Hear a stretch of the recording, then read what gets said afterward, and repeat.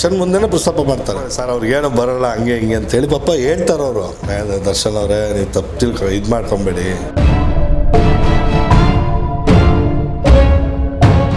ದಿನ ಕಳೀತಾ ಇದೆ ಆಯಿತು. ಕೊನೆಗೆ ದರ್ಶನ್ ನಾವೆಲ್ಲ ಒಂದು ರೂಮಲ್ಲಿ ಕೂತ್ಕೊಂಡಿರ್ತೀವಿ. ದರ್ಶನ್ ನಾವು ಡೈರೆಕ್ಟ್ರು ಇನ್ನು ಸ್ನೇಹಿತರೆಲ್ಲ ಕುಂತಿರ್ಬೇಕಾದ್ರೆ ನಮ್ಮ ಎದುರುಗಡೆ ಇನ್ನೊಬ್ರು ಆರ್ಟಿಸ್ಟ್ ಬರ್ತಾರೆ.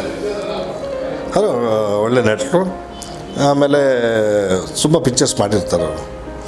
ಅವರು ಹೇಳಿದ್ರು, ಸರ್ ನಾನು ಈ ಪಿಕ್ಚರ್ಗೆ ನಿಮ್ಗೆ 15 ಲಕ್ಷ ಕೊಡ್ತೀನಿ ಸರ್, ನೀವೇನು ರಿಫಂಡ್ ಮಾಡೋದು ಬೇಡ, ನಾನು ನಿಮ್ಮ ಪಿಕ್ಚರ್ ಯಾಕೆ ಮಾಡ್ಬೇಕು ಸರ್ ಅಂತೇಳಿ ಅಂತ.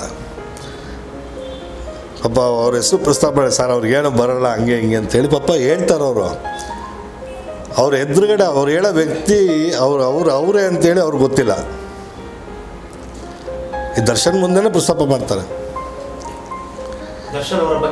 ಹಾಂ, ಪಾಪ ಅವರಿಗೆ ಗೊತ್ತಿಲ್ಲ ಇವರೇ ಅವರು ಅಂತೇಳಿ.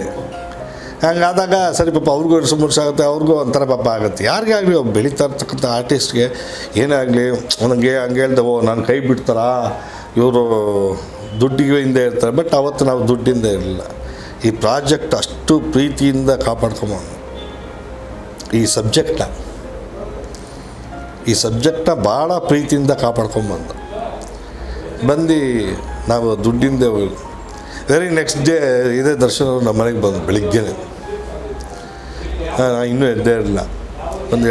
ಹೇಳಿದೆ ದರ್ಶನ್ ಅವರೇ ನೀವು ತಪ್ಪು ಇದು ಮಾಡ್ಕೊಬೇಡಿ, ನಾವು ಯಾವತ್ತು ಮೆಂಟಲಿ ನಾವು ಫಿಕ್ಸ್ ಆಗಿದ್ದೀವಿ, ನೀವು ಫಿಕ್ಸೇ ನೀವು ನಾವೇನೋ ದುಡ್ಡಿಂದ ಹೋಗ್ಬಿಡ್ತಾರೆ ಇದರಿಂದ ಅಲ್ಲ. ನಾವು ಮೆಂಟಲ್ ನಾನು ಡೈರೆಕ್ಟ್ ಫಿಕ್ಸ್ ಆಗಿದ್ದೀವಿ, ನೀವೇ ಹೀರೋ ಅಂತೇಳಿ ಅಂತ. ಆವಾಗ ಅವ್ರಿಗೊಂದು ಸ್ವಲ್ಪ ಕಾನ್ಫಿಡೆನ್ಸ್ ಬರುತ್ತೆ.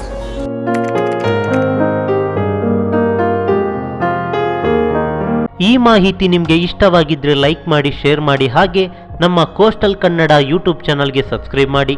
ನಮ್ಮ ಹೆಚ್ಚಿನ ಅಪ್ಡೇಟ್ಸ್ಗಳಿಗಾಗಿ ಕೋಸ್ಟಲ್ ನೆಟ್ವರ್ಕ್ ಇನ್ಸ್ಟಾಗ್ರಾಮ್ ಪೇಜ್ ಹಾಗೆ ಫೇಸ್ಬುಕ್ ಪೇಜ್ಗೆ ವಿಸಿಟ್ ಮಾಡಿ. ಧನ್ಯವಾದಗಳು.